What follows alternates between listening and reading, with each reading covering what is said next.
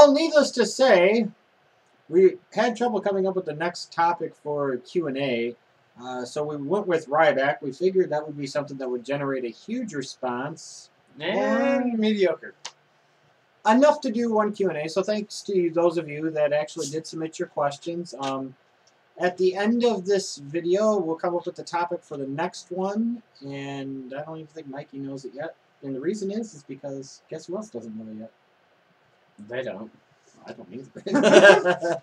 So let's get started. Wow, this should go well. Absolutely swimmingly. At Leroy3737, will Ryback ever beat John Cena clean? No. The WWE doesn't have the scruples to let John Cena lose cleanly. It's just a sad fact. I mean, The Rock can do it, but Ryback, no. I agree. I don't foresee it happening. I'm sorry, I just don't. The better question would be at this point, will anybody beat Cena clean in 2013 or 2014? 100% clean, no bullshit, no distractions, no interruptions, no anything. Man-on-man clean. Yeah, I don't think so. At Total Heel, I hope we're wrong. Yeah, prove us wrong, WWE. Have the balls to do it. At Total Heel, do you think this Ryback gimmick could have worked in the 80s? Yeah. Oh.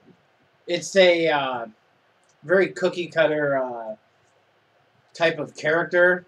It's very straightforward. You know what you're getting. I don't know why it wouldn't work in the 80s. You ramp it up a little bit. You could have also made it feel very comic bookish, very cartoonish, which would have fit tremendously in the Hogan era of the 80s. I mean, think along the lines of Ultimate Warrior. You would have literally made Ryback a comic book character. And I will tell you, I'll take the booking of the WWF in the 80s compared to the one of today any day. They knew how to book for the entertainment of adults, kids, and families. So, it would have worked far better than it would work definitely. today. At Ethan Rogers 92, what do you think Ryback's shelf life is? And what could they do to his character to extend it? So from this point forward, how much shelf life do you think the Ryback character has? I'd say they can get a good run out of this character. Time frame. 4 or 5 years. Nice. There'd have to be tweaks every once in a while, of course, but... We'll get to that in a second. The Ryback character, as it currently is, I think its shelf life is only 2 to 3 years, which they accelerated the decrease of the shelf life by turning him heel for no fucking reason. I'm sorry, that was stupid. He hadn't even run his course as a face. They didn't really have a good reason to turn him heel, so they just turned him heel because he had to face Cena. Come on, man. What could they do to give his character some shelf life? He'd have to... Obviously, promo work is always a way to extend a character's shelf life. Give him some time off. Right, don't keep him on there all the time. What else? Make sure he's involved in feuds that actually matter, not just throwing together things that last for like a month and it's over. Try and do different things with him, present him in different ways, and you'll probably at some point have to flip him back babyface. That will help extend the life of the character. Those are some possibilities. At straight_fate, if you could go back and redo one thing about Ryback since his debut as Ryback, what would it be? I wouldn't have had him lose every match at the pay-per-views. Wouldn't have turned him heel. There's one thing I could do at this point, looking back and saying it's one thing you could do over, is either do one of two things. Either A, never put him in the title scene until it's time for him to win the belt, or B, when he did face CM Punk, you have him win. Yeah. Just, especially when you had the Shield coming along, because that would have been your out to be able to say, hey, we can have them take out Ryback, he could go away for a little while, and he comes back, and we got this monster, and he takes out the Shield one by one. Exactly, and they threw Maddox in there, and they never really used that to... It was just a fishy thrown-in thing. So if there's one thing I could change about Ryback's character since he debuted, it would be either when you put him in the title scene, you have him win the belt, or not put him in the title scene so soon.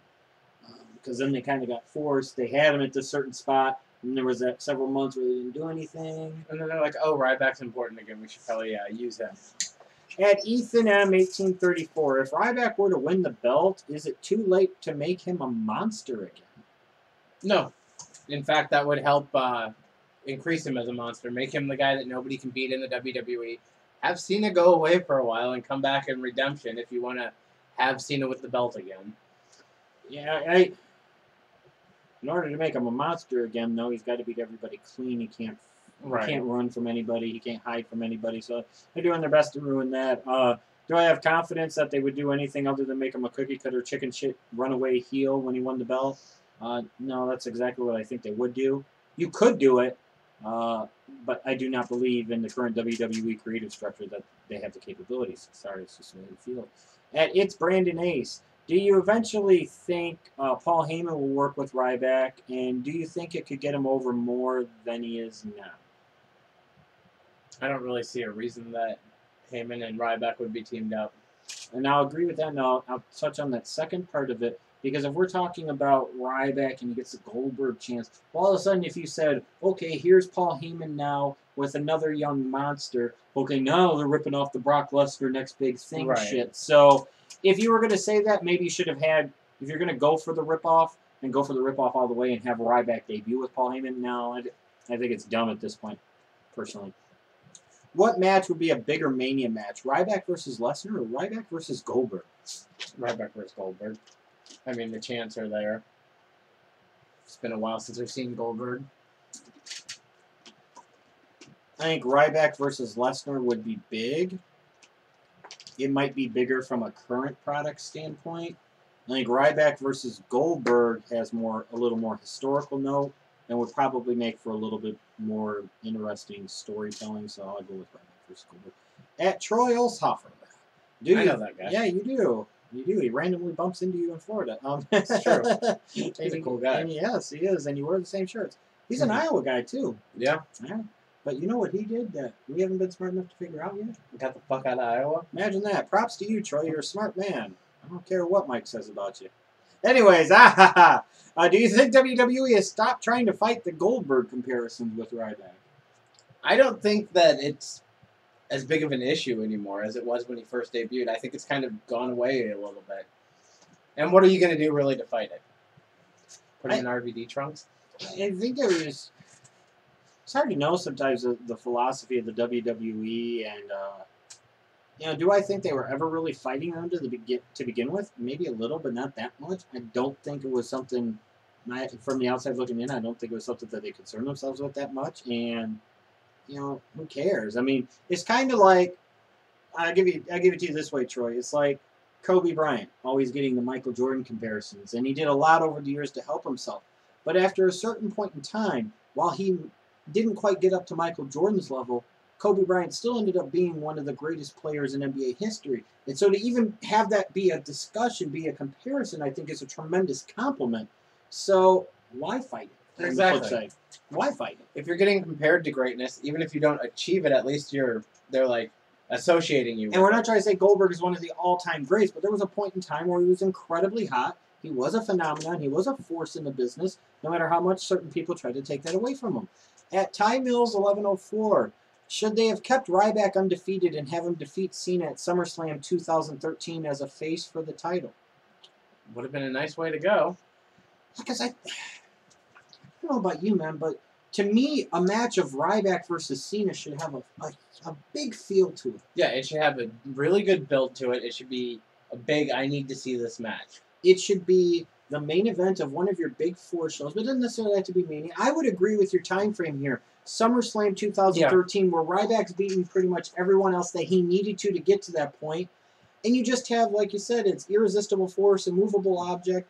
And then you have Ryback destroy Cena, like we talked about, the big comeback story down the road. But, you would create a huge star, and you'd create a featured attraction match for SummerSlam, not being based off of having to throw a Triple H or an Undertaker or a You Rock don't have or to a bring back Lesnar. a big name, a legend. You're creating one, utilizing another one that currently wrestles for you full time. Is there a chance Ryback will be the leader of the Shield and the entire Shield will be champs at the Extreme Rules? There's a chance. It's very small, but I think the latter half of that is more possible than the front half of that. Well, I say if Ryback was the leader of it, it would be something different. I mean, it's because to me, I'm sorry, but when you look at the Shield, it's a good group. It's not a great group. One of the problems it's going to have as a group is if they've got mid-card titles and there's no main event player. True. Well, they throw a Ryback in there and he's fucking champion. Now you've got a main event player. True. Let's see here. The Tyler Nichols wants to know, what position do you think Ryback would be in if he'd never gotten injured and kept his Skip Sheffield gimmick? Not a good one. No, I think Vince always looked at him and saw big-time babyface potential. Would he have been pushed as hard, as intensely, as quickly? Maybe, maybe not. Would they have tried to feature him and say, this is somebody for the future? Perhaps. Ifs and buts were candies and nuts. It'd be Christmas every day. It worked out for the better for him. Yeah. So that's what's important. At Lopez G10, do you think Ryback could use a better finisher? At least it's not Biggie Langston's finisher. Yeah, I know you say you think it's lame, and that's fine. Everybody's got their opinion on it. I don't think it's lame. When you can get people like Mark Henry and Shell Shock, that's a legit main event finisher. When you can get everybody you need to up into that finisher, then it's a legit finisher, unless, like you said, it looks like Big E Langston's, where it just looks stupid. It looks stupid, and he's more so landing and hurting himself than the other guy. Right. Or at least with Ryback, you could say it's a, it's fucking falling back. It's a combination of like a Samoan it's showing drop a and feat a of muscle strength buster. also. Absolutely. At LP Evo, thoughts on Ryback in Tough Enough 2004? I always laugh when they talk about his appetite and how much he would eat. Well, going back to that show, I actually thought he was going to win at one point in time. Just thought so, but I miss Tough Enough. Yeah. And then, The Miz should have won. They gave it to that other dipshit. I'm sorry, but what the fuck? His name doesn't matter. I know his name, and I choose not to say it. At Dakota Did You, is Ryback the actual guy, or does it seem like he's playing a character? Well, let's be honest. To a certain extent, every wrestler's playing a character. The question, I guess, would be, is he ramping up the volume on who he really is, or is he full out playing the character? I think he's just ramping up kind of on his own personality. Because, you don't get to be a guy that big by being this quiet guy that just sits in the corner.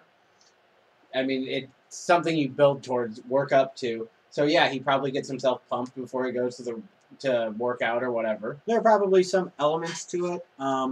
I think it's stupid that as he was getting Feed Me More over, and he was really getting into Ryback rules. Maybe he should have been doing that O'Doyle Rules ripoff shit from the very beginning. Mm-hmm. Okay, thank you guys again for submitting all your questions about Ryback. If we had more, we'd spend a little more time on him. But the subject for our next Q&A is going to be, drum roll please.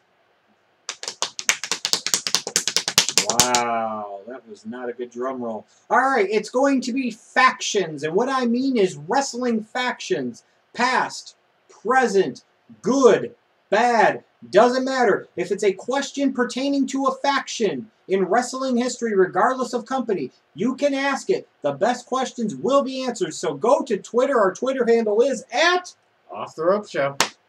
And tweet your questions about whatever you want faction-related using the hashtag of Factions. Bingo! I thought maybe we'd do one about Kofi Kingston. No! Is he in a faction? No! Is it West Ghana, Jamaica, Boston faction? Yes. Shut up. I can't wait to see these questions about factions. Keep them about current people and go about past factions. We don't care. Just factions. Factions. Hashtag? Factions. Thank you.